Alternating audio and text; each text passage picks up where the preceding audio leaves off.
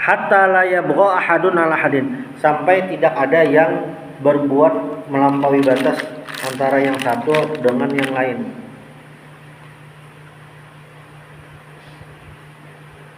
Wala yafkhar ahadun ala ahadin, dan janganlah al-fakhr itu berbangga, sombong, bangga. Bahasa Banjarnya bokoyo. Nah, ahadun ala ahadin. Nah, Bagio tadi zolim tapi melampaui batas. Pokoknya pekerjaan ini sangat merugikan orang lain karena orang tersebut memiliki power. Manusia nih kadang mungkin karena beradaan lah, tapi bisa banyak. Ketika memiliki power terhadap manusia lain, entah itu pangkat, entah itu harta, entah sosial, posisi sosial lebih tinggi loh, atau umur, nah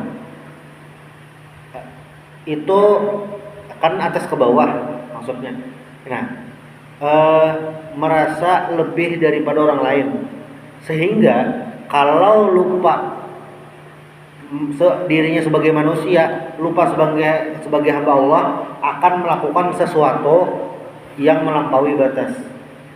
Contoh sederhana, misalnya di kantor, maka ada atasan ada bawahan. Nah, atasan itu pangkatnya lebih tinggi daripada bawahan di kantor. Adapun di luar kantor berarti posisinya sama-sama manusia.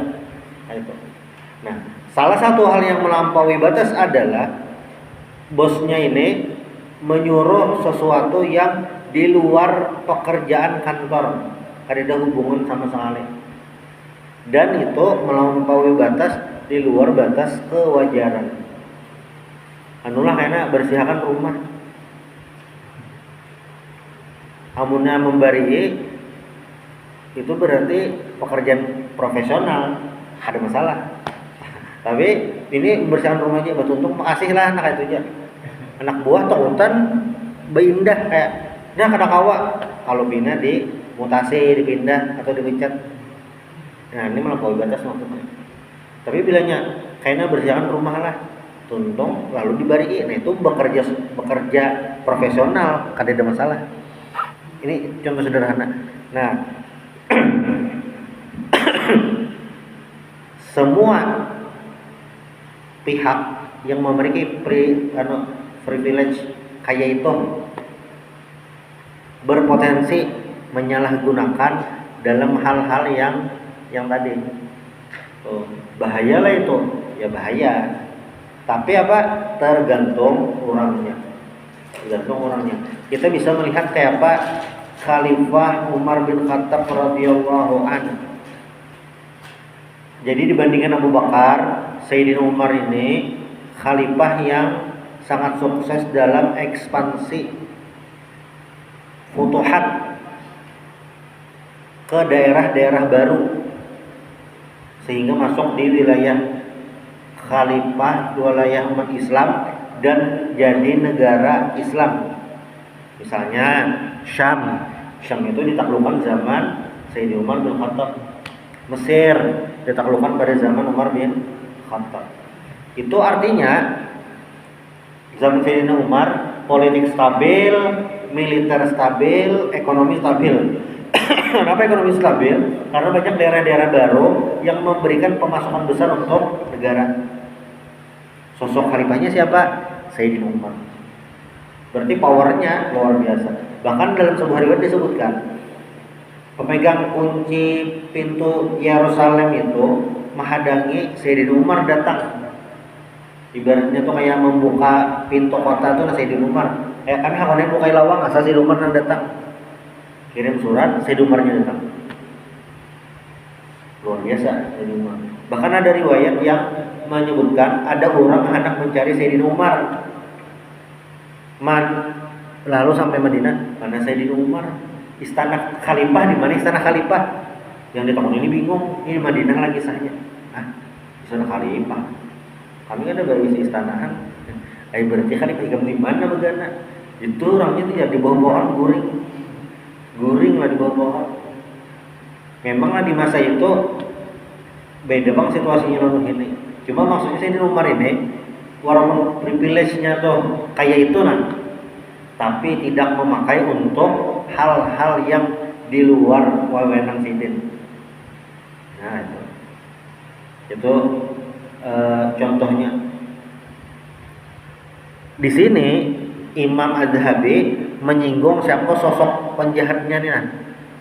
Siapa? Waqad khasafallahu biqarun al-ard hina bagha ala qaumi. Faqad akhbarallahu ta'ala anhu biqaulihi inna qaruna kana min qaumi Musa fabagha alaihim fa khasafna bihi wa bidaril ard. Qala Ibnul Jauzi rahimahullah fi baghi qarun aqwal.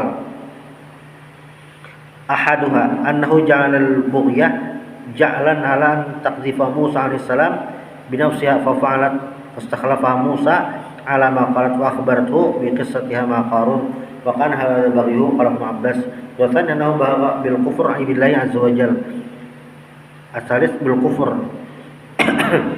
anna lalu ar-rabi' annahu atala thiyabahu shibran al-khamis annahu kana yakhdum fir'aun fa'tada ala bani Israil fa zalamahum.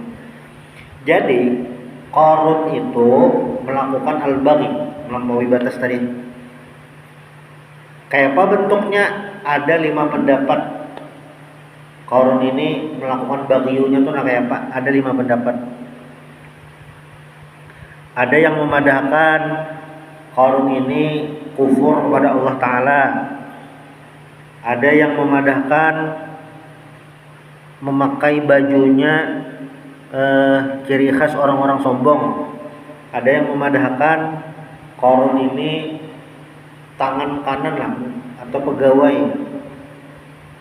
atau bawahan Firaun yang umpat menzalimi Bani Israel. Nah, macam-macam anunya versi-versinya.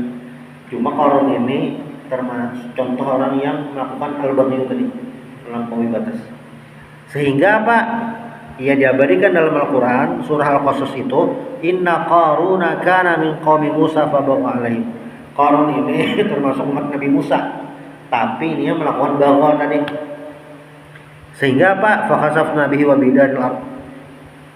Jadi Qarun ini pada akhirnya ditinggalkan Allah Ta'ala di bumi. Kalau Fir'aun tenggelam di Laut Merah, Qarun tenggelam di bumi. Makanya dalam bahasa Indonesia mencari harta karun. Itu dasar Qarun yang ini orangnya. Dasarnya sugih benar, duit banyak.